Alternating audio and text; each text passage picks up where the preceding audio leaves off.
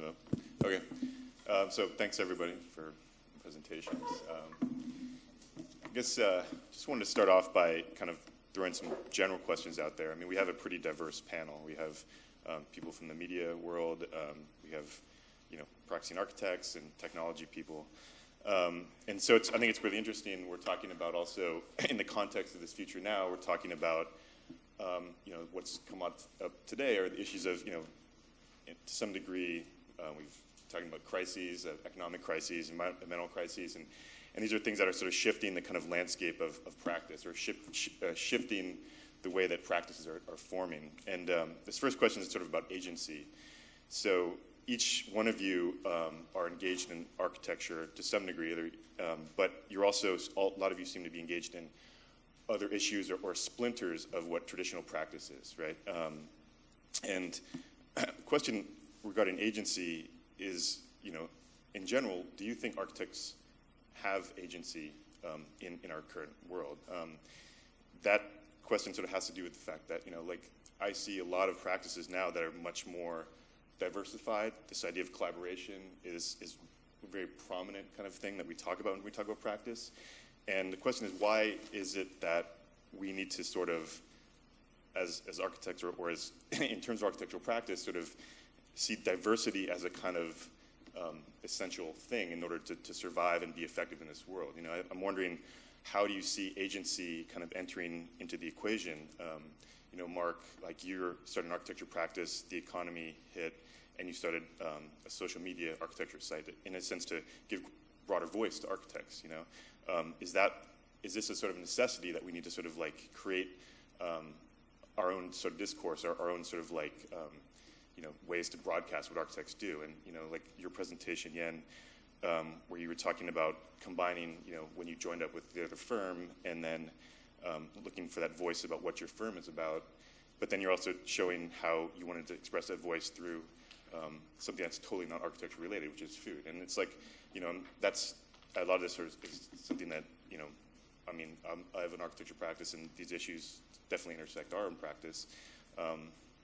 And I'm wondering, why that might be. And Dave and Nate, you guys came from architecture backgrounds as designers, but then you split and went off, and you're assisting architecture practices, but you're not necessarily functioning as designers. So you've formed a very specific model of technology that enables designers, and I'm wondering, do you feel like that's becoming more specific in terms of, technology? Is that a way to create more agency for architects, and actually, and then Annabelle, whose work is very broad in terms of the art world and, recycling facility, spanning a large spectrum, in your perspective, what is the agency of architecture right now? Is it changing, or, how do you see it sort of like emerging in the future? So it's a general question that I thought could hit all of you.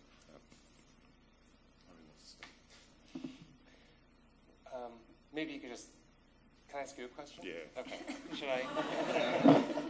Should I talk into this? Hi. What do you mean by agency? Okay. Or maybe just, what does the word agency mean? Maybe I don't know. Agency, I guess I'm talking about sort of, let's say, the effectiveness or the ability for architects to sort of influence, sort of, or play a role in influencing the kind of the direction, the trends of where things are going in society. So if architecture is about sort of the built environment, that's a sort of like fundamental expertise of the architect, how much control do architects really have over the built environment now? I think that's, we've seen in the past, architects have been involved, modernism has, people, designed cities, and there was a point in time which the architect had a lot of control, and it was very aligned with the kind of political structure. I think now we sort of see that architects are maybe at the bottom of the food chain, in a sense, and we have to follow sort of where the economic landscape kind of shifts. I think, I have a lot of anxieties about what architects actually can do, other than being more about creating iconic, buildings. That's sort of something that came out in the last boom. But in terms of like architects and being able to voice or influence specifically the built environment? I mean, do you think that's happening, or that's occurring, or is that, that's kind of what I'm thinking about in terms of agency. I have the same question, so Yeah, thanks. okay. Usually if you think I know other people. I guess I could. Right, it's a general question. I think I'm kind of like two minds. So I'm the guy who has an architecture firm that started a social media network, right? But I get I get really bothered when I hear educators or people speaking about the profession say, architects, you can be anything. Graphic designers or programmers or blah. So what I think the way I'm interpreting your question is, how do we actually build more buildings, and how do we control more things in the built environment? And I actually think to control more things and to control that dialogue, we need to cede control and be more tactical about what we go after.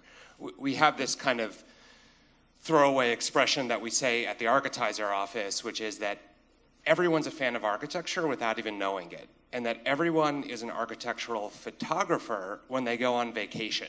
Like all of a sudden, everyone's this gigantic, fan taking pictures of buildings, whereas in their daily life, even though they live in a building and they work in a building and they buy their coffee in a building, they don't look twice or think about architecture. So I think there's an exciting moment going on now where architects are finding mechanisms to remind people about that. And as, certainly in America, the phenomenon of the reurbanization of our cities and the revitalization of our cities, this is a moment where we get a chance to actually either win or lose leadership in that conversation. And it's too bad Michael's not here from Soft Lab, because I think he's working on it. The guys from Plus Pool are working on it. The guys at the Low Line are working on it. How to leverage things like Kickstarter and social media to remind people that we can comment on and change the environment around us, and that architecture is a tool to improve all of our lives and the spaces that we occupy.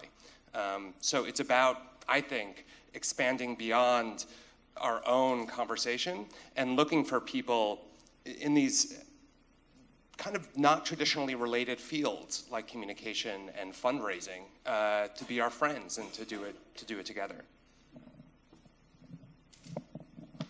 I'd like to weigh in and just ask really what is architecture? And so I always take a much broader view, given that, as I said in my presentation, I believe architecture is a reflection of culture. So if culture is changing so much so that architecture has a temporal nature to it, then what does that look like? And I challenge myself and my colleagues all the time to really look at that, and what does it mean for us when we take on a project? What does that mean? So when it comes to agency, I think we have some moment here where we can reclaim or take a leadership role, given that the opportunities for us for the built environment are direct rather than a series of compromises.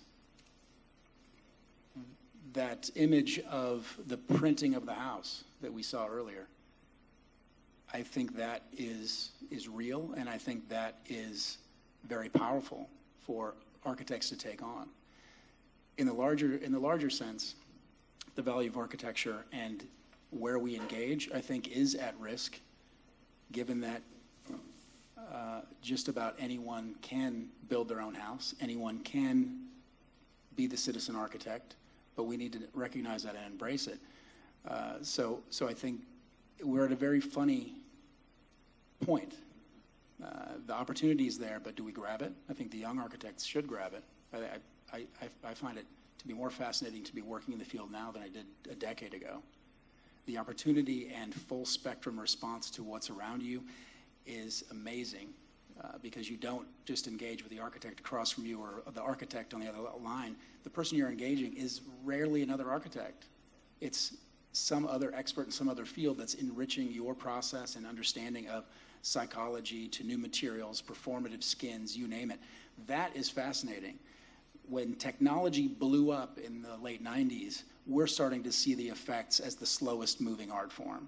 We are changing in a way such as the music industry did in the late 90s, whereas anyone can author a song. So can anyone author a building? Yes. Do you have to be an architect? No. So what does that mean for the profession, and how does the profession respond? I don't know, but I know how I'm responding. I trust the person next to me, whether they're licensed or not, to have a voice and opinion and to be able to contribute to the process.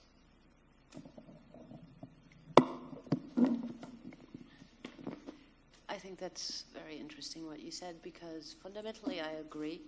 I have to say, though, that's always been going on. Architecture has always been a collaborative profession. Architecture as such hasn't existed for that long. It came out of a time when, I don't know, look at Brunelleschi. Made bronze doors and then built the dome. So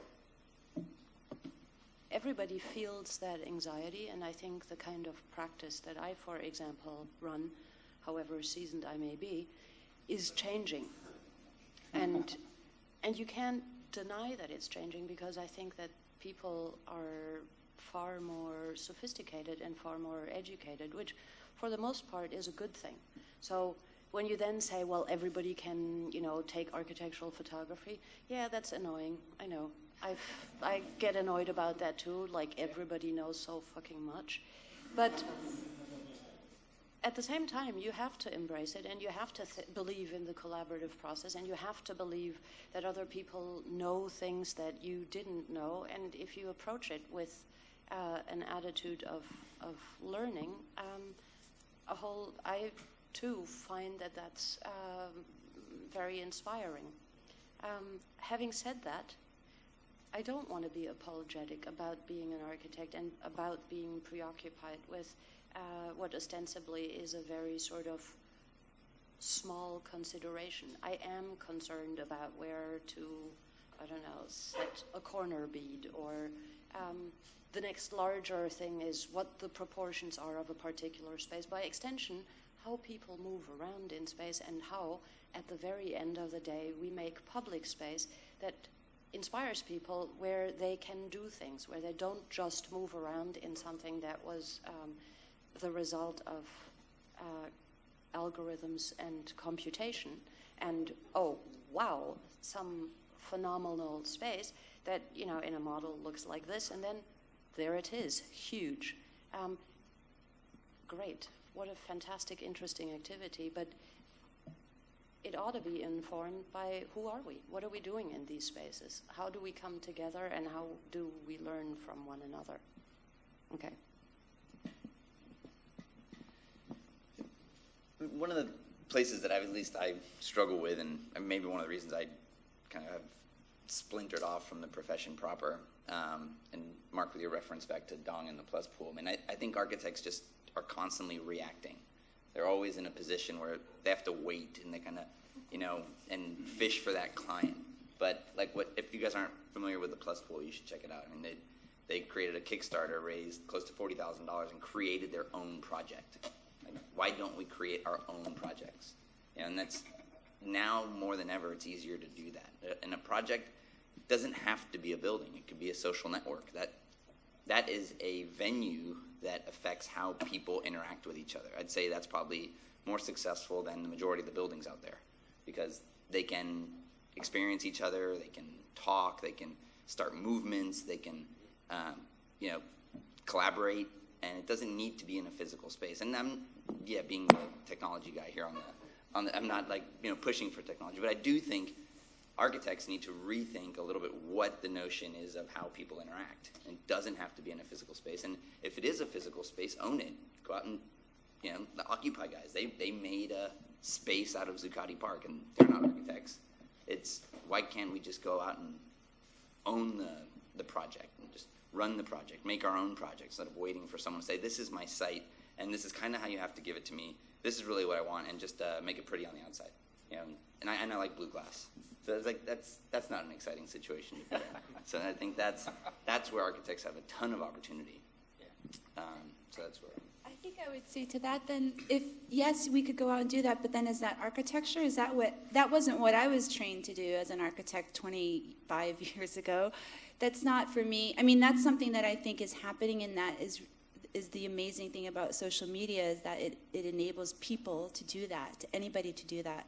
But then I wonder, is that architecture in the sense that you're creating physical space. We create space by sitting here, but is that architecture? You know, that's the question that I would ask about. I would like to bring that back for a second to the bigger topic. I think we had two challenges with this really diverse panel. One was what David in his keynote speech raised earlier about the future and to have a vision of the future and what we can envision and might not believe what will happen, which then he explained as a futurist is exactly what we should care about.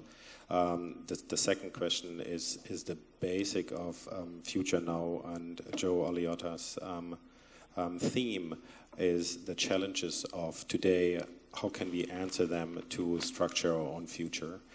And I think your responses follow and fall into that exact pattern, that there is a question about understanding these challenges and what are our responses as architects, and obviously there are many different ways, and I would like to ask you guys, who Mark and Molly, in regards to bring a bigger view of your assessment of the architecture field in right now, how you think architects respond to it with their current means. And it seems, looking at your technology presentation, as we all know, there are multiple ways that we have access to these tools.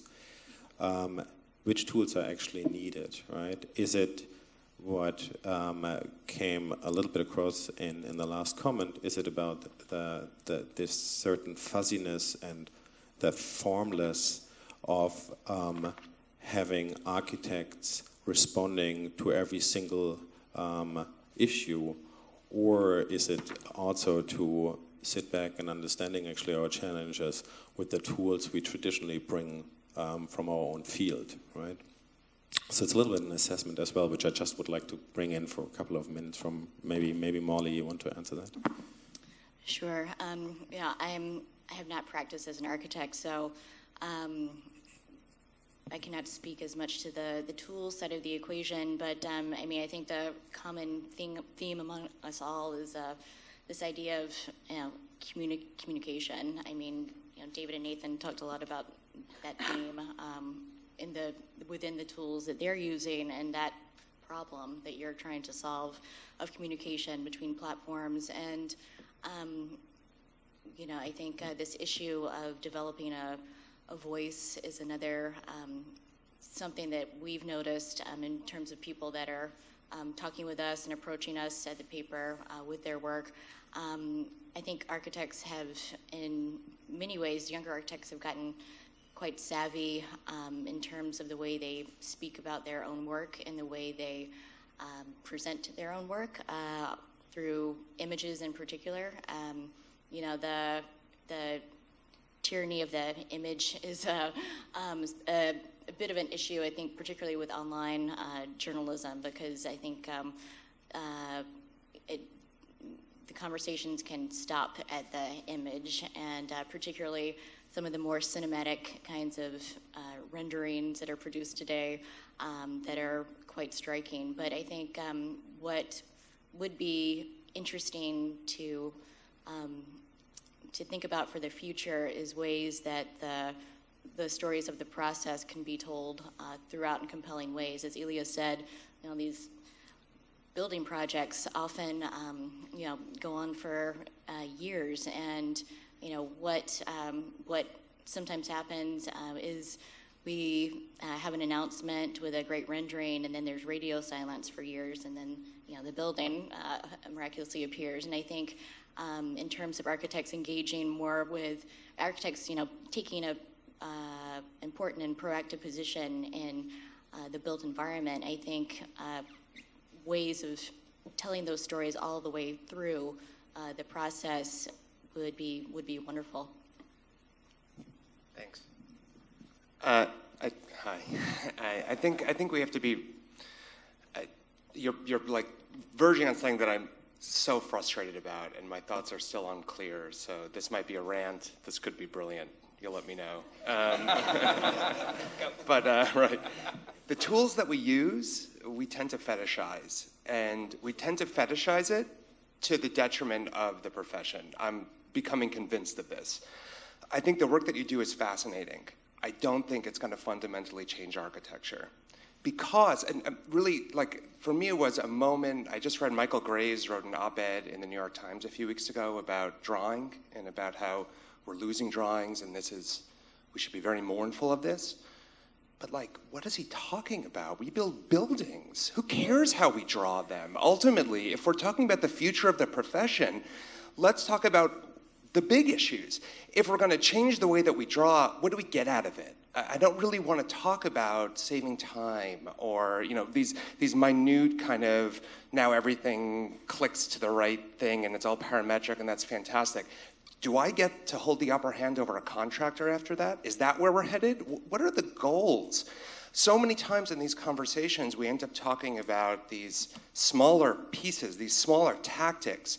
What's the industry's strategy here? Are we trying to wrest power from someone and reclaim something that we think we used to have? Or find some kind of way to author things that it can't be taken away from us in VE or by a community board? What are we using these tools for ultimately is what I'm really interested in. And that's probably goes back to the question, if we are looking into a current power shift where, you know, architects kind of beheaded trying to occupy every single spot we can get from the leftover field, or has there been to a certain reconfiguration? And I think David also brought that up earlier. How much do we have to leave from the past to understand the future, you know, and find certain answers? As you know, co-chair of the new practice, I see many new practices in emerging architects in all kinds of fields, but also there's not much digestion of what we're doing right now. So we're kind of running forward and, you know, capturing more land and trying to be all over. Can we answer certain challenges with that attitude? And looking, each of you have that kind of in your own practice, right? So, yeah, and you are concerned about architecture, but also you have, I believe, a website which is called Lunch, right? Which is concerned about something else, but it shows your own obsession of something else where architecture arrives from. No? And so each of your company, I think you can point that out to have these double standards or double interests, you know. So it seems, and that's not, I think, what Brumery had in mind as a panel, but it really is a great reflection, actually, of where we all are in our interests. So how can we use that going forward? I mean, just to respond to that a bit, I mean, I think one of the things we don't generally embrace is specialization. Not to beat the specialization drum, but like owning a subject matter. And I was just having a discussion with a friend, graduated the same year as me, and he's starting to do his own. He's kind of going through the regular thing of, you know, working by day, starting your firm by night, and, you know, maybe in 20 years they'll have that up and running. Yeah, with lots of gray hair, and you know how that works. But you know, that's kind of sad to me. That's kind of like a given. That's what that takes. And you know, my case to him was like, well, specialize. Like, get really good at something where people come to you as the person that knows how to do that. He's like, well, no, that sounds awful. You mean I can't do a skyscraper today and like a hospital tomorrow? And like, you're really not appreciating how complex buildings are. And you can own a domain, you can own lofts in the West Village and be that focused and be the expert at lofts in West Village. And if anyone even thinks about it, they come to you because you're the best at it. And I think just like owning a subject matter is something we're not taught to do as these kind of generalist designers. So from, you know, this cup to an entire city in China, that's our playground. Like, we should be able to do any of that stuff. And I just think that's unrealistic.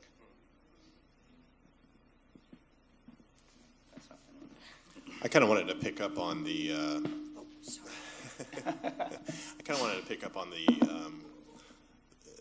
I guess this sort of response about sort of tools, and are they the right tools? Should we be using the tools a little bit? I think one of the biggest issues right now in sort of the mode of production, sort of our role in the production process, is our lack of understanding about the tools that we use, fundamentally, sort of across the board. We understood what the pencil was. We understand what model making is. We understand, we got our heads around CAD finally, just because it was really just that one-to-one relationship with how we actually produced drawings before. But now it seems like we're transitioning to a fundamentally different medium, whether we like it or not. And I think that's sort of why sort of CASE sort of fits into the equation in that we're able to provide architects with sort of the agency to kind of get ownership of their process. How are they going to, I have no doubt in my mind that we have sort of the ability to sort of bring value to the process through space making. We understand how buildings get put together, but unless you're able to understand the fundamental mode of production on how that thing gets delivered, it's sort of almost a moot point at that stage. And so what, computation, building information modeling, these are things that are kind of coming to the forefront of our medium, and we want to help people get their head around it. I think what both of you say is very fundamental because it informs continuity of a way of making architecture. I don't think that the pencil is obsolete. I know I'm the last person to believe that, but it's not the only way of doing it. And if you weren't embracing new tools, and if you weren't interested in learning different ways of making, you would sort of cut yourself short. But again, I think that when I hear everybody, you all seem to want a completely unified profession. It's not now, it never has been, and hopefully never will be. I expect that my way of going about architecture and my way of talking about it might be very different from the way Chris would talk about his work. But that does not mean that there isn't common ground that is informed by, at least in part, the tools we use and the ways in which we have a forward thinking that addresses our own concerns, whether they are of an urban design nature. I think there is something that is architecture, and it is not what not everybody can get into it, and it's not everything. It's not graphic design, it's not art, it's not this, that, and the other thing. It's a very, very specific thing, and that is what we were educated to think about. Now, it's taking us in different directions, obviously, but I'm very interested in sort of getting to the tools that inform that. Yeah, and you said something earlier that I think is a super important talking point. And you said I wasn't taught that that's what architecture is. And I think what we're being taught what we're being taught what architecture is, and what the industry pushes on us to think is okay as a definition of architecture, is incredibly limiting. And to the point of an industry that there may be a design department inside of Tishman Construction one day, and that's where we all work. That's not an unrealistic future. So I think what's being taught as okay, or what the industry accepts, is really critical and needs to be rethought and opened up a little bit. I mean, I think Ilya and I were talking about this earlier. The education of the architect and the organizations that support the architect are not changing as quickly as the profession seems to be changing. And so how do people like us who are trained very traditional methods adapt to that? And can we, or do we want to, or and where do we fit into the new paradigm with firms like you who are doing really much more experimental things that are still within architecture? So I think it's that there's room for everybody. Yeah. I mean, there's always been people who only do experimental work. Is that bad? No, and I think when you mentioned before that a unified profession, I don't think there ever will be, and I wouldn't want a unified profession under one very small rubric of this is what architecture is. And so there's might be a fundamental disagreement. I don't think architecture is just this one thing, because that one thing is the summation of everything around it. If it's self-referential, it doesn't exist. It doesn't become what it needs to be. So I really love this conversation, because we can see that these new tools, whether it's the new tools or social media or whatever it may be, these are all things that we now have at our disposal in a very, very close and quick way. And I agree with you that this has always been the case, that things have always been changing. But the speed with which and the directness which I can affect that change is wonderful. And to Yen's point about the fact that AIA and overarching organizations seem not to recognize that fundamental shift at speed, and is still talking about very important things, but there is a whole plethora of things that also need to be part of that discussion. About, we were just talking about, out of 10 projects that I have just completed, only one of those projects required a stamp. The other, which are very architectural, did not. But that is not under the same umbrella of this professional organization. But it should be. It very much should be. So. I think it's interesting what's sort of coming out of this conversation. I mean, we're talking about, the generalism of architecture, in the sense that, like, I think what we're really trained when we're in school is that a way of thinking, and that can apply to becoming very specialized. I mean, you can come out of architecture school and become a specialist, or you can come out of architecture school and become a generalist and be involved in everything that's not architectural. I mean, I think that's kind of the asset of education right now. Whether it's how much it aligns with the profession itself and industry is that's a larger question. I think the task is, like, put on every person who comes out of school to figure out how they're going to, like, approach the situation. But I mean, I also think that isn't really posed as when you first start doing architecture, that it's going to be that different, But when you come out of it, you realize, well, it's a very broad education, But I think one of the issues here too is this idea of, like, the idea of expertise, and that, is there an expertise to being an architect? Whether there's that old thing, like, I'm not an architect, I'm not an expert, I'm an architect, and that, like, architects are actually expert generalists. That's one way of looking at it. But I mean, I think a lot of people would say no, like, there is a kind of line that you have to draw about what architecture is and what it means to be an architect, And I think that's a lot of people have different positions on that. But I think also a big question, I think, and this goes to, like, how the public views what architecture is, or what architects offer, And I think that's a kind of black and white question. And I think, like, what's clear as sort of emerging out of this conversation is that there's not really necessarily one way to sort of be, that there's room for many different types and many different forms of practice. But at the same time, like, I'm just curious if any of you have a position on how architecture as a kind of broad kind of stroke should maybe present itself or brand itself, or brand ourselves as individuals with respect to the public, because that seems to be something that's changing maybe, like the notion of what architecture does is, what an architect does is never really clear, depending on who you talk to, and I wonder if that's an issue, or if you see that as an issue, or if you see that as, like, an opportunity.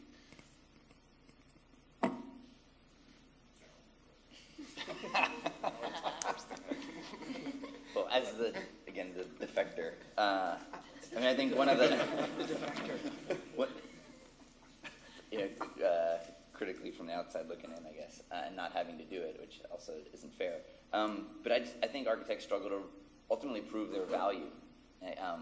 I'll have friends that'll call me because I'm the architect they know and say, well, will you design my apartment? And like, well, no, because I suck at that. And I don't want to do that. But and then you're going to do it for free. It's not like this thing. But that following day they're going to go buy a $10,000 purse or something. They just don't value it. They don't see it as this thing that is ultimately going to make their life better. And I think architects have to prove that. So I don't know if that means starting to learn more about their clients' businesses. Starting to understand, how do you make money? What are the things that I can do that can better your company, which are ultimately going to help you make more money, and it's going to give me more buildings to do for you. Instead of just saying, we're going to kind of arrange things this way, and so that people run into each other when they get out of the bathroom, and that spurs collaboration, hopefully. It's much more sophisticated than that. It's getting in there, understanding what's their pipeline, we need to see that I'll throw myself in there when I say we, but there's value, and really, really understand understanding a client. I think a lot of that's happening in healthcare design, which is kind of interesting, and a lot of the lean healthcare where they go in and they interview a lot of the patients, the doctors. They create like fake operating rooms to test it and see how they start to run through those things. And I think that there can be more of that in all aspects of the design. So from the very small, sure, I'll go to IKEA with you and figure out what we're going to buy, and really like learn your life, to I'm going to help you run this billion-dollar hospital, which I think there's opportunities for new services, for all sorts of things. But that's what I think architects are struggling to do, is really convey their value and build based on value, not based on production and time, and stretch it out, because I think, well, in 6 months I'm going to do a thing that's about that big with about 1,000 sheets, and that's kind of what I can charge per sheet. It's on value. I'm going to increase your profitability because we're going to give you a better building, and that's going to take what it takes. So it's really conveying value. And it has a little bit to do with where I guess Mark's frustration was, how long is that ago? 5 years ago, coming out of school, or longer out of school, trying to shape and reach out to the broader public, right? As an architect, and obviously very successful. And I think we did that in many different ways. I mean, we established these tools. We can do that. But are we doing it? How successful are we right now? Or are we still talking between architects and architects? And one part of this panel is slowly moving into questions which then later on can be digested in the workshops coming up. What is the position of the AIA? Where can we be better? Where do we see ourselves in that string of communication with the city and the civil leadership and the wider public? How can we do that and to claim opportunities there as well? Yeah, I think it's not revolutionary to say that the profession isn't doing a good job at communicating what we do, the value proposition of what we do.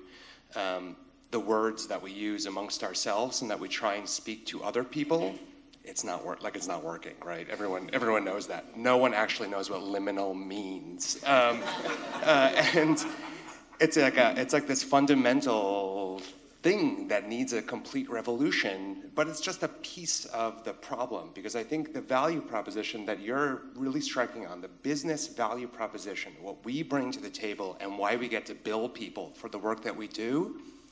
It's kind of broken. Like I'm getting more and more convinced that it's kind of broken. I had this epiphany.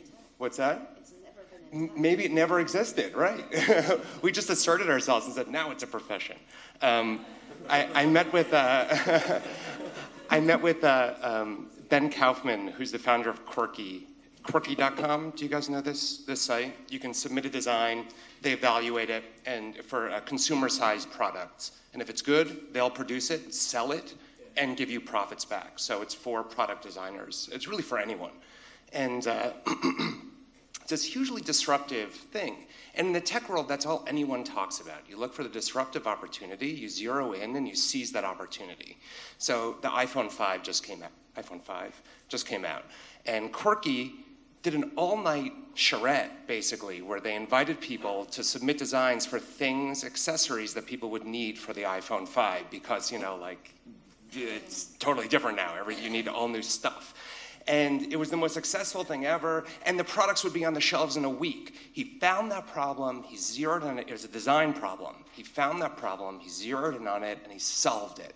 And you don't have to explain that value proposition to anyone who now has an adapter for the cord that they used last week, and now it's going to work for their new phone. That kind of value, that kind of just like rote value, I know what I'm getting out of it. We're missing it. I think it's there. And I think people like the guys from the Plus Pool, Archie and Dong, are doing it. They're saying, Manhattan's surrounded by water, you dummies, you should swim in it. Help us help you swim in it. It's an architecture problem.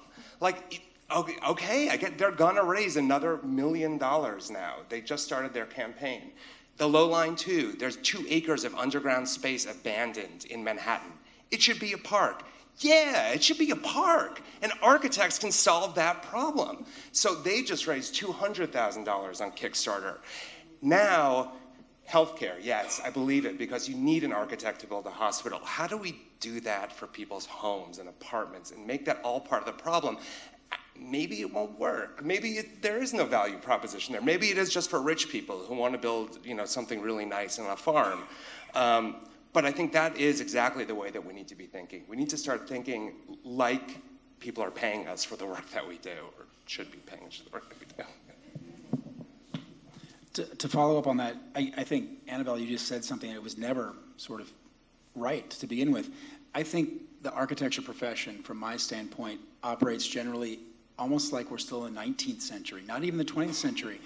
We don't publish fees. There's sort of a iffiness about how you advertise, all of those things. This is the 21st century. I was very encouraged when I went down West Broadway recently and I saw this huge sign from an architecture firm that just said, this is who we are, where we're at, stop your car right here. I'm like, good for them, right? So when we see all the social media that everybody at the table, we've got some great stuff going here. That to me is essential. We have to slough off the 19th and 20th century of practice and really look at the fact that if we started publishing fees, here's the real thing. City government, city agencies, and all projects from the federal government, which is, by the way, the largest, by far, client to all architects, they set the fee.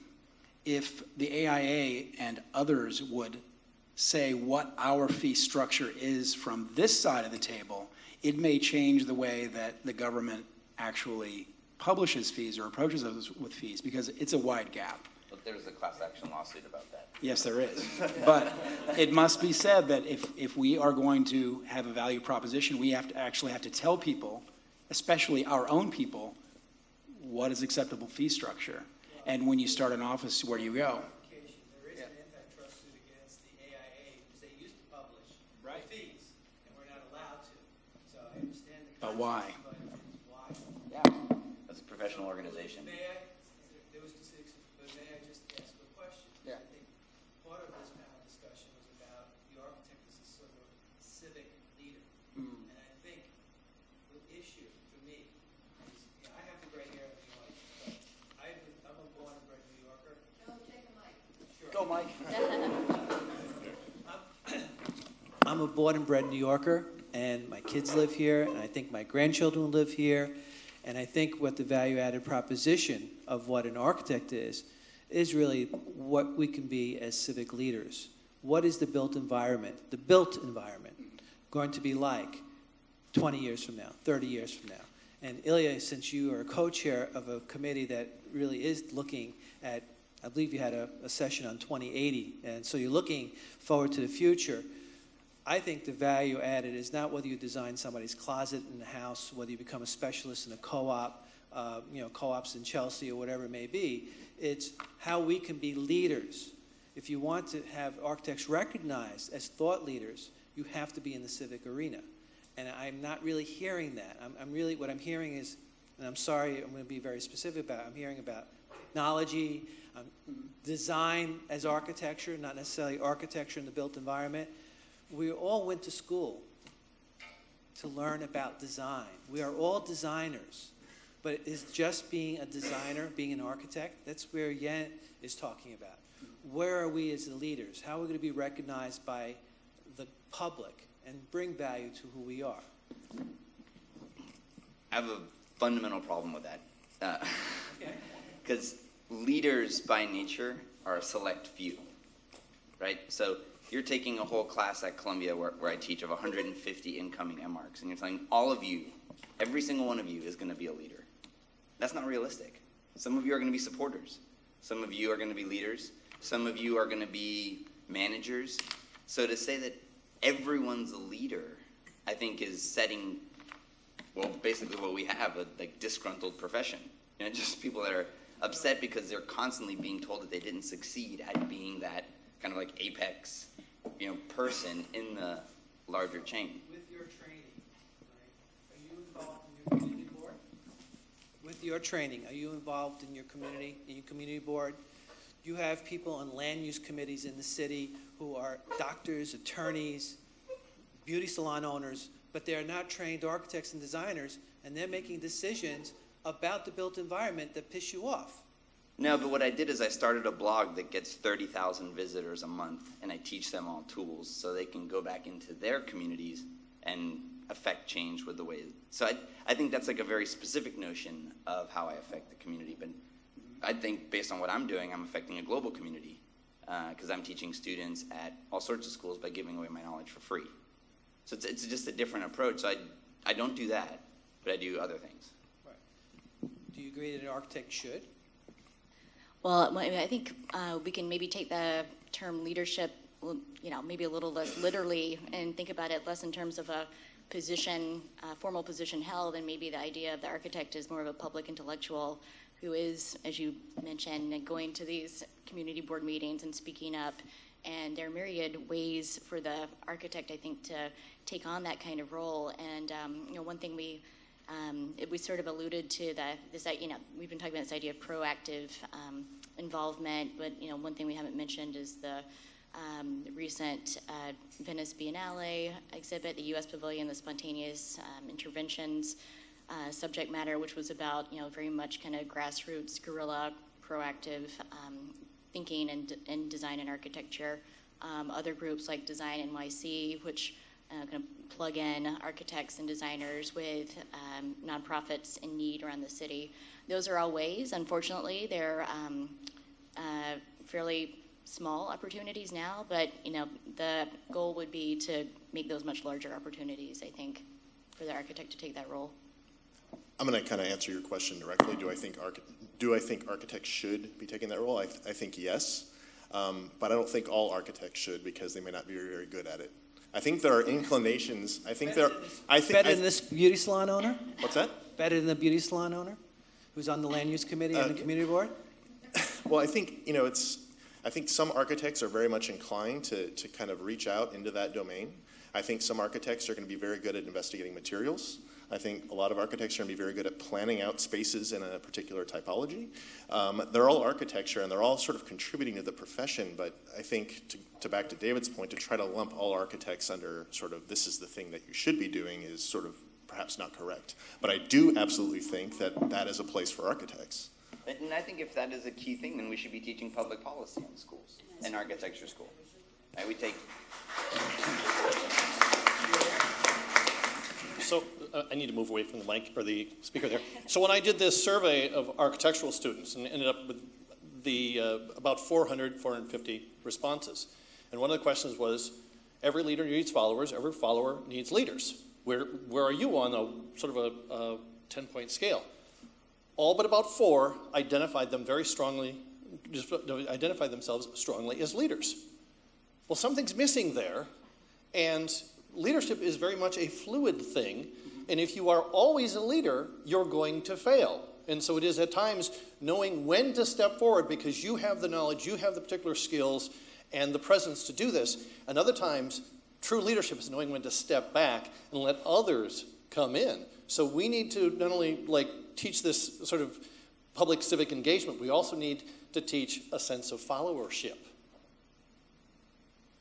But I think this idea of civic responsibility is no longer limited to joining community boards or being active on committee meetings. I personally don't really like committee meetings because I think there's too many people talking all the time and nothing ever gets done. But other things that we do in the studio about putting forth proposals to change the way you think about trash, or and I think what social media and technology is doing for us now is allowing us to voice those things that we feel is important as architects out into the greater world so that people really have more of a cognizance about that. And I think that's what's really great about social media and technology, that, so that I don't have to join the community board where I sit. And just to answer a little bit about what Joe said as well as what Mark said, there's 2 very distinct things. I'll wear a different hat. You mentioned about design for risk and reconstruction. The one thing that we can do as architects, as leaders, is to recognize far beyond our lifetime and bring that to the conversation. So when we look at sea level rise and what the change in the environment will take place, what it's going to do to our cities, our opportunities as young architects are enormous. So yes, we start that conversation. And so as you were saying, Mark, you recognize that, hey, here's a moment that, like you said, you're on an island, there's a river, why don't you swim in it? Well, we are going to have rising tides, we are going to have all these problems, and so there's where our leadership can take place, is to recognize those things far beyond what a 4 or 8 year term of any local government is, and keep that in the conversation. So that, I think, is where we can collectively, whether you're a leader or not, can push with our voice. And that's something that could be really great. I know you're trying to wrap up. No. I just want to say one comment. Yeah. For Ilya. Yeah. Okay. You mentioned something about architecture and the AIA being somewhat behind the times. Mm-hmm. I have the gray hair. I'm going to be past president next year. In a few years, I'll be out of this organization to some degree, being the old guy who gets recognized once in a while. What are the people in this room? What can they do? And what the panel can talk about is what we can do to bring the AIA to be more relevant to this generation and to build further the repositioning that Susan talked about earlier. What can be done to make this a more relevant organization for this group? And we will open it in a second to questions, and we can add a little bit more time since we it seems like hit a nerve here,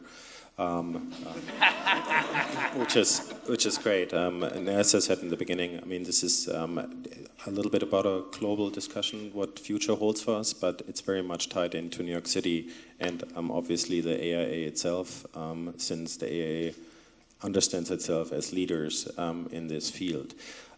Just a personal note from my side, I don't have a problem with the phrase leader, since I am understanding it to take on responsibility for what we do with the means what we learned, and that can be in all kinds of obviously layers and means. So saying that, yeah, I would like to open it up to the audience. We have one microphone over there, and I will pass the one over here. But I want to answer Joe's question. Yeah. Yeah, sure. Sure. The things that we're talking about, from pencils to computers as tools, are just tools. I think the thing that Joe was talking about in terms of the things that make rising tides happen, the policies that are put out there, are what cause those kinds of problems. So I think that the question is really like, what are the tools, how are the tools going to help us change the way policies are made so that we can change the world? Because it seems like, because being part of a community board is really important, because that's where the policies are being made that are affecting those things. So it's more like, what are the tools that we have? How can we, the tools are just ways of helping us think. So how can we actually change in that way?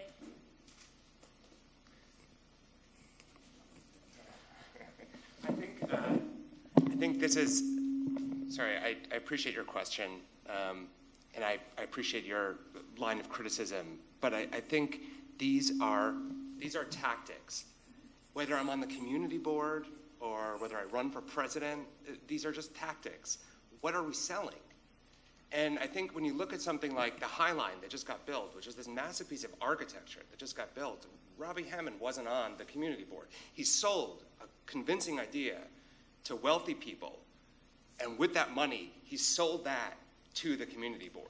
So, I mean, it could have worked the other way. He could have been on the community board, and it might have worked as well. I don't really care. He was smart enough and he was a leader enough to have the right product with the right value proposition for all of the property owners in that area to get behind that piece of civic architecture and move it.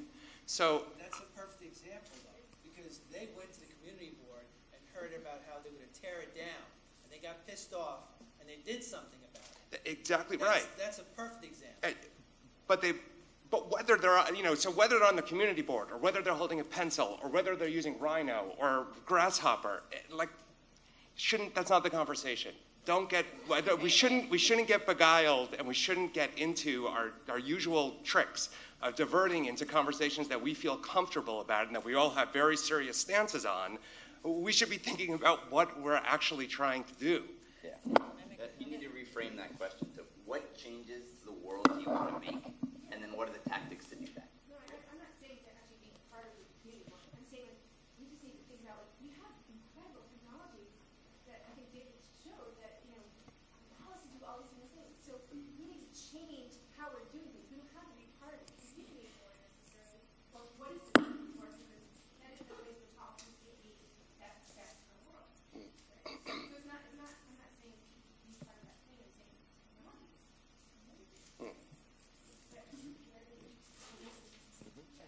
I just wanted to say, I think the broader topic here is who the audience is. That when you talk about the voice, I mean, one thing that I heard in the earlier part of the discussion was there's issues of practice, true architectural practice in the classic sense, if you will. And then there's what's really new, which is you're all engaged in, which is so wonderful, which is about having a voice. And that's really what technology has allowed you all to do in a much broader sense and to reach a much broader audience. And I think what Joe is cautioning is that everybody should make sure that we're trying to use that voice to reach people beyond ourselves. Totally. And in some way have the way you really change the public's perception of architecture is to change the public's perception of architecture.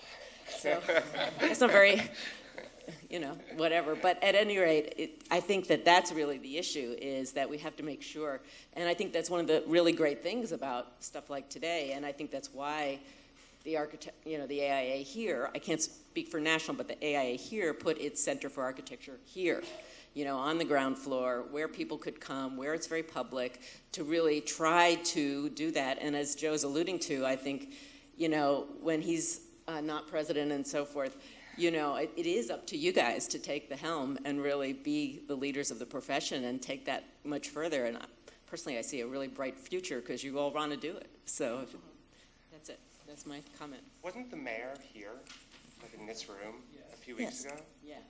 That's amazing. Like, what a coup, right? And then totally. And if we can, if we can get politicians talking about what we do and how we make a contribution and listening, having us at the table, which is actually a phrase Joe uses a lot, and if you can get wealthy people to buy into the way architecture can elicit change, I think that's exactly where we should all be headed. And people will do it in many different ways of leadership. We should be telling students they can all be leaders because they can, there's lots of definitions, in my view.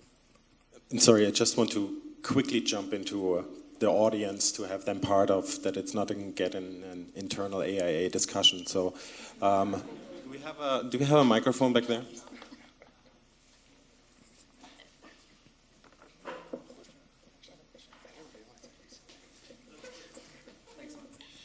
Okay, so I think this is a really great conversation and all. I have a couple notes I'm just going to refer to real quick. Okay, so there's a lot of talk about, and I quote, bottom of the food chain, influence and power, ownership. I think it really comes down to some fundamental things that were talked about in terms of failure and risk. I think is a very big underlying issue here. I feel that overall, and as much, I just finished graduating, and I got really interested in trying to find out what the problem of the profession was, and it seemed to lie somewhere around in the 70s, even before that.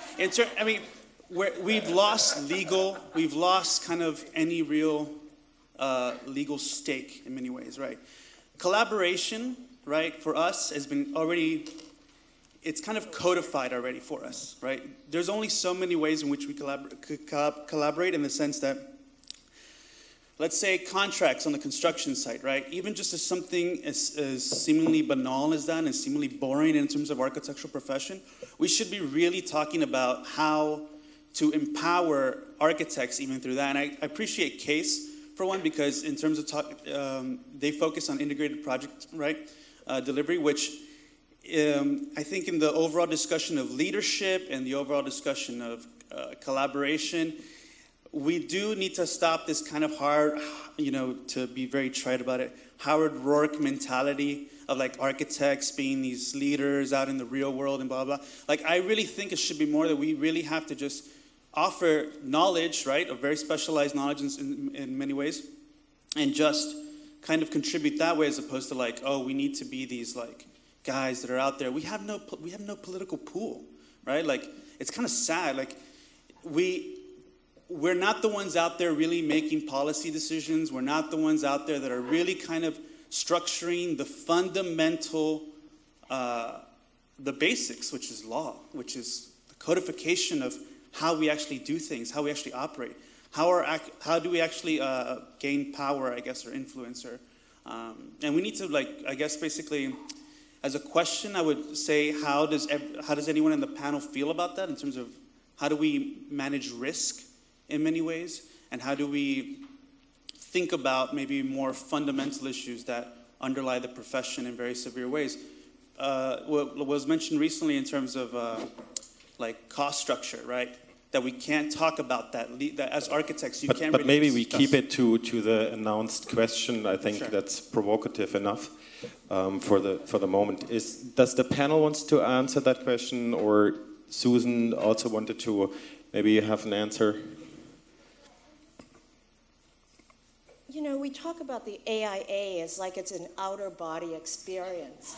The AIA is us, the field, and the profession. It's not someone who is going to give you power. This is the way that you, as architects, emerging professionals, need to be engaged in community so that people in the public know you, so that you're communicating with the media. These are all, and that the things that you're creating are really vital to the lives of the people that you serve. And so I'm just very frustrated. Sorry, Philip. I'm not just talking about the AIA. I'm talking about the profession in general.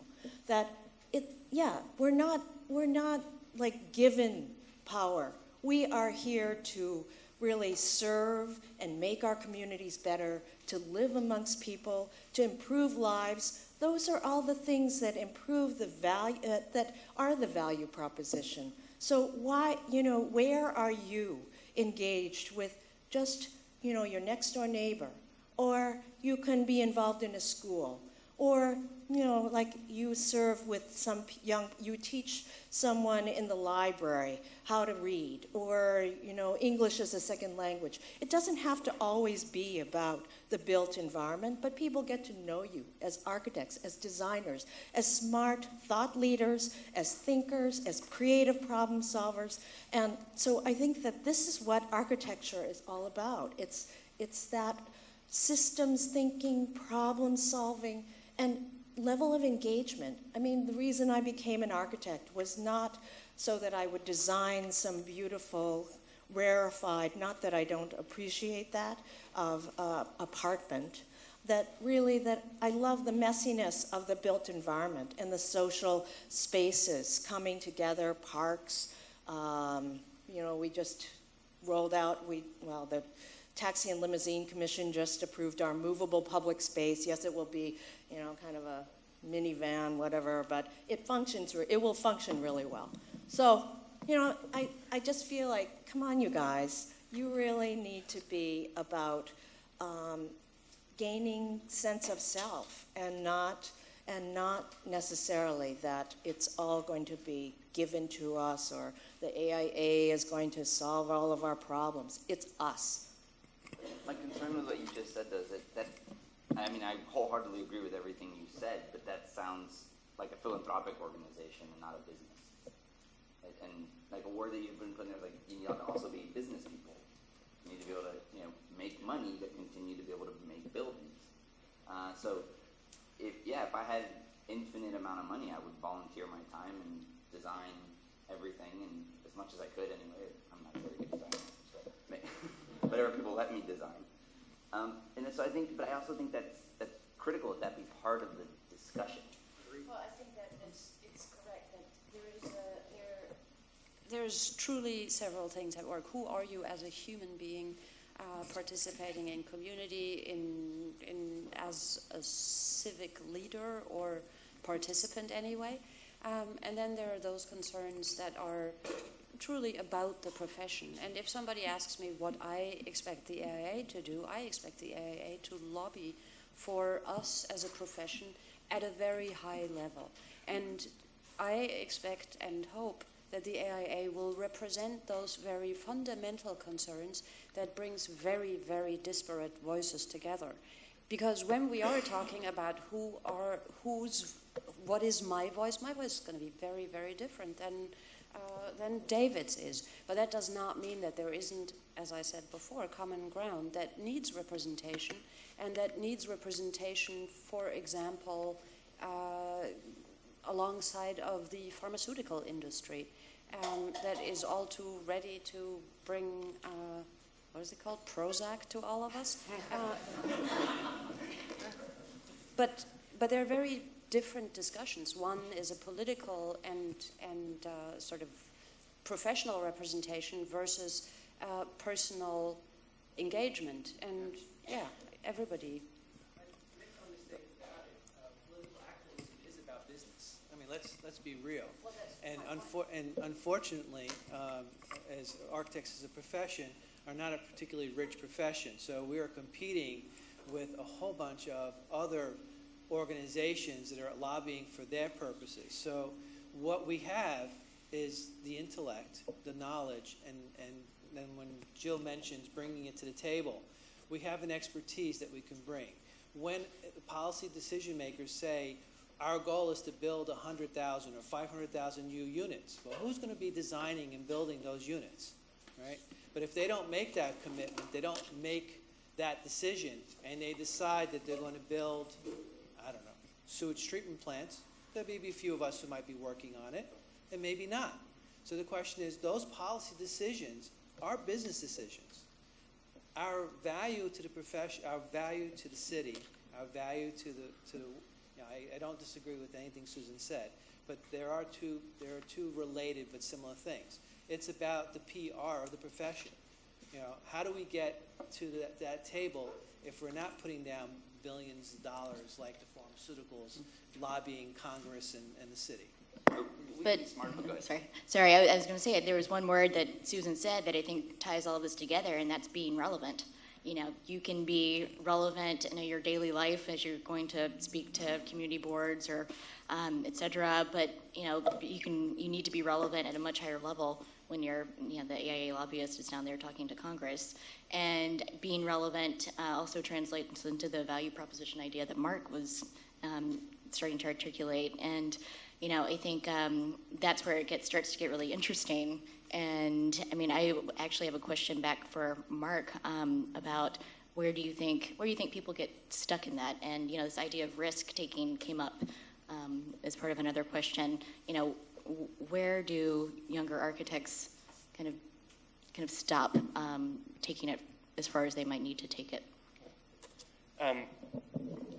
We're doing some work out in Jersey City, and I showed you guys those big towers. Those are in Jersey City, and the master plan was made by Plater Duane Zybeck, you know, New Urbanism. So I'm not a new urbanist. I was trained, I went to Harvard, I was taught to revile that and really hate it and fight it.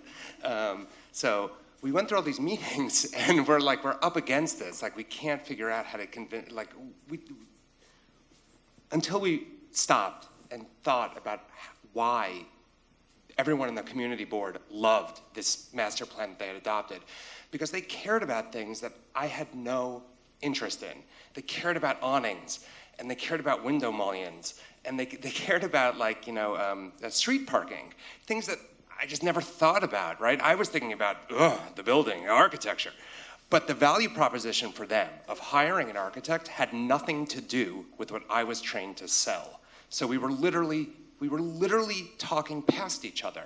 We were using the same words, and we weren't understanding each other.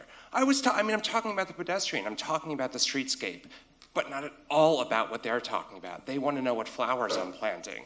And for them, that's architecture. And that's not their fault. It's our fault for not being able to explain to them and to speak and to take what they know and they understand and they like, and these are educated, smart people, and making that architecture and making that what we do. And I think that when we talk about power, when we talk about risk, it's actually risking everything that we've been taught and the profession and making it relevant without losing what we know is important and what makes really good architecture as experts. Anecdote. That was an anecdote. I hope that answered the question.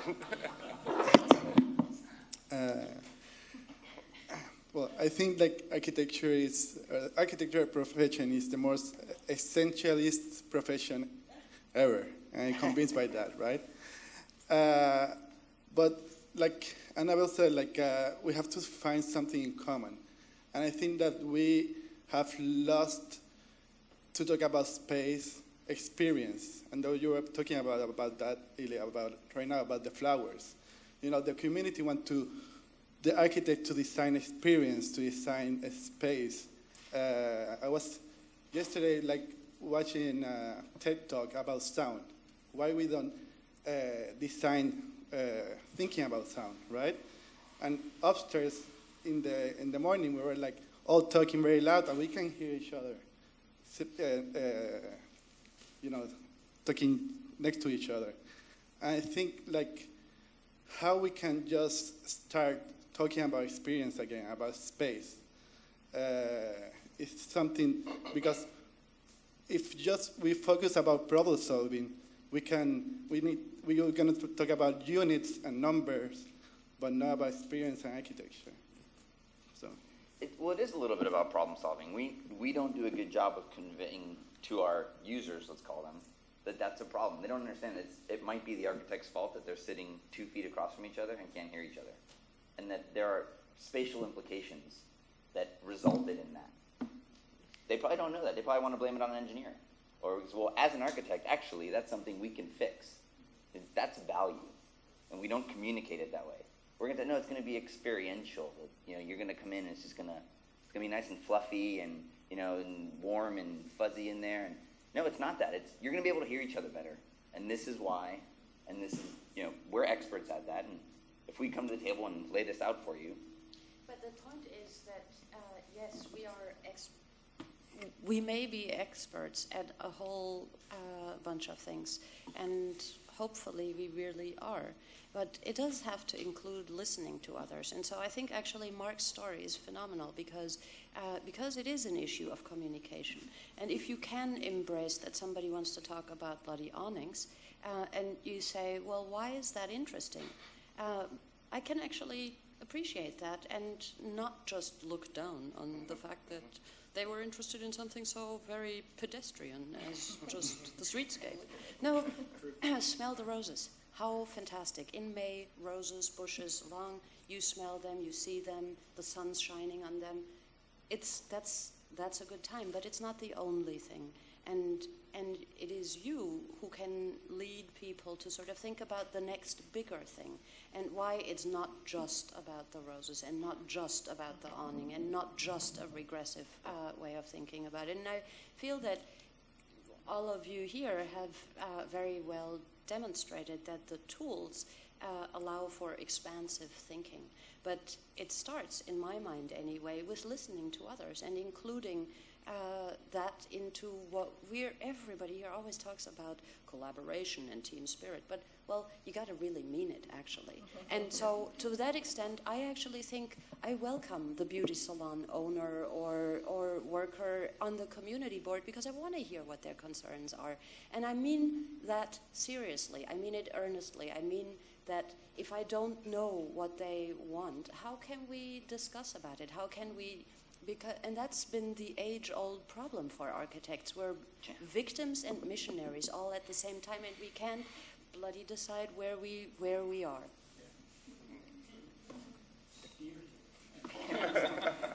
I would like to take a couple of more questions for the next 5-6 minutes, and then we'll round it up. So speaking about where we fit into the conversation, we've talked a lot, even the audience and the panelists in the keynote, about defining who you are, about taking a stand, about having principles. I think a lot of people like me who are younger are really excited about that, but haven't totally figured out how to do it. Can any of you guys share some of your experiences about how you found a stand? I mean, I find a slide saying, this is my first project, this is my second project, who knows what'll be third, but I know that there's 3. Something like that is really exciting. How do I wrap my head around that? Great question. Can you define starting a little more? How do you start a practice? How do you start working? Well, when I read a profile in Architect's newspaper, right, it looks like the whole thing is laid out and they figured it out from day one, and what a nice little package. And so it's like, Good. Well done. Yeah, nice job, Molly. I want to have a direction, and I actually don't want to be the person that commits to lofts in the West Village because there might not be lofts in the West Village next year. But I do want to commit to something, and it's a struggle. It's a big world. There's a lot of options. So, how can you self-reflect, I guess, on where you want to go? What excites you? Well, I'm sort of baiting this question because I've been thinking about this since I was about 12, so I think I'm probably farther along than the average 26-year-old. Because, what did I do? I started a blog and just started dumping ideas into it. And then after a while, I figured out that a lot of those ideas had a common thread of social responsibility.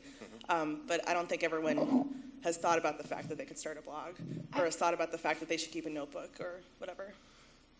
I guess where I was going with that is my primary motivation for what I do is to make kick-ass buildings, kick-ass architecture in space, right? But I know I can get there best through my knowledge and expertise in technology. I found kind of within 5 years of kind of working in a more traditional practice that I was extremely good at a couple of things, and I wanted to pursue those directly. And I think part of kind of finding your way through this profession is to kind of make an impact is to find out sort of what excites you as a professional and just pursue it as far as you can go. When you're kind of early on, I think that's sort of very nebulous, and I think architecture offers sort of a broad range of experience and tracks that you can take. And I think it's just sort of a matter to kind of recognize and kind of have that sort of internal introspection to kind of say, hey, I'm damn good at this. I'm going to do that. And so I think that's sort of what's amazing about the profession. It allows for all of these sort of different threads that you can run. It's sort of a matter up to you to kind of find out what that is. And I'm going to say that's a continuous process. That is a process that just never ends. There's no answer to that question at all. It's constantly, maybe this year you did a loft because you had no other work and you just had to do it. And maybe next year you reassess and you think, okay, well, I don't want to do lofts anymore, so what can I do? How can I do that?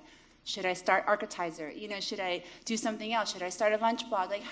You're always thinking about what your objective is, what you want to be doing, what makes you happy in the profession, and you reassess, and you do it again, and you do it again, because the times change, you change, everything is changing, and you just, it's not a process that there's no answer to that. I think the important part is to just do it. Don't wait and be like, oh, well, I just got to tweak this thing just a little bit more before the public can see it. Just do it, and then make it better, fix it. I have to echo what Yen Ha said about happiness. I am first and foremost a father, then a husband, and then there's all these things I love doing. And by the way, I'm an architect, because all those other things drive me to succeed as an architect, and they spark interest in what I do as an architect. If I don't wake up in the morning with a smile on my face saying, oh, great, I get a design today, then I would stop doing what I'm doing. So that's where you start. And the number of projects that aren't shown up there, we have editing choice here. We show you the projects that show you the point of view we want to represent. I can show you all these bathrooms I used to tile and shop drawings I did when I started the office for other companies and things that, those aren't sexy, but that got me to where I wanted to be. So, it's a long journey. And I would they were great. In fact, they're really high quality. And I was just going to add one thing, which was it's really difficult for architects and every human being, I think, to have perspective on themselves.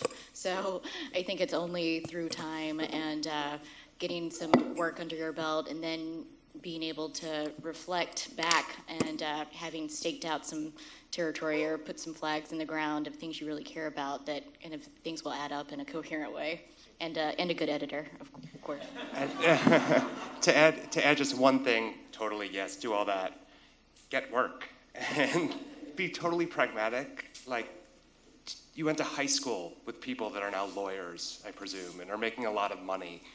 Stay in touch with them. Go, seriously, go to their birthday parties. Like, everyone, we're afraid to talk about it. Get work. Hang out with rich people. Hang out with people that are doing things, right? Like, show up places, not just here. Go to other parties at other places and hand your card out and talk a lot about what you do in words that they understand. So when people say, do you like Frank Lloyd Wright? Don't be like, oh, God, I don't want to talk about Frank Lloyd Wright. Yeah, Falling Water's amazing. Oh, my God, that's great. You know so much about architecture. You should hire me, and I can teach you more. Shamelessly self-promote. Like, our industry needs to shamelessly self-promote.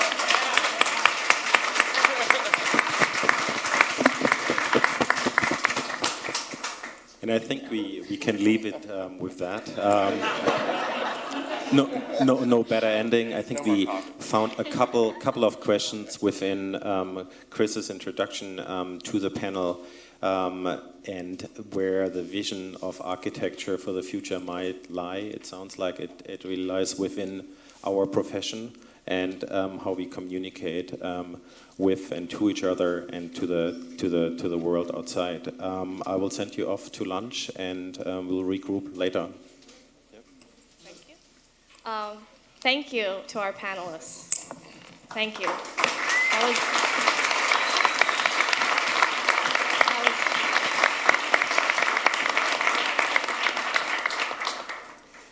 Just real briefly, right before we head upstairs to lunch, this is our Fellows Mentoring Luncheon. And I'd like to introduce Sylvia Smith from the FAIA, Chair of the AIA New York Fellows Committee, and Principal at FX FAL. Thank you. I know everyone's hungry. I'm hungry. I will keep my comments very brief. The fellows are elevated, are architects that are elevated for the distinction of their work, their advocacy, the quality of their design, their mentorship. It's a pretty long and grueling process that I would encourage all of you to consider. But once elevated, it's not something that you say, okay, now I get to put an F after my name. You say, I have yet another platform from which to be an activist for the profession outside and also the profession within. And therefore, we were very pleased to join Bryn Marie and ENYA to participate in this day, this great day of dialogue. Frank Green, who is not here, and Martin Harms from the state came up with the notion that we would have a dinner of fellows and we would raise money. This was somewhat unheard of previously. But we would take that money and put it toward the initiatives for engaging younger professionals. Therefore, we are underwriting the lunch. There will be fellows that are participating with you in dialogue, and I hope that this will encourage you to raise tough questions. I want to thank Anne-Marie Lanciati and also her co-chair, Amanda Rivera, for putting this day together. I think it's a really wonderful initiative, and we look forward to many more.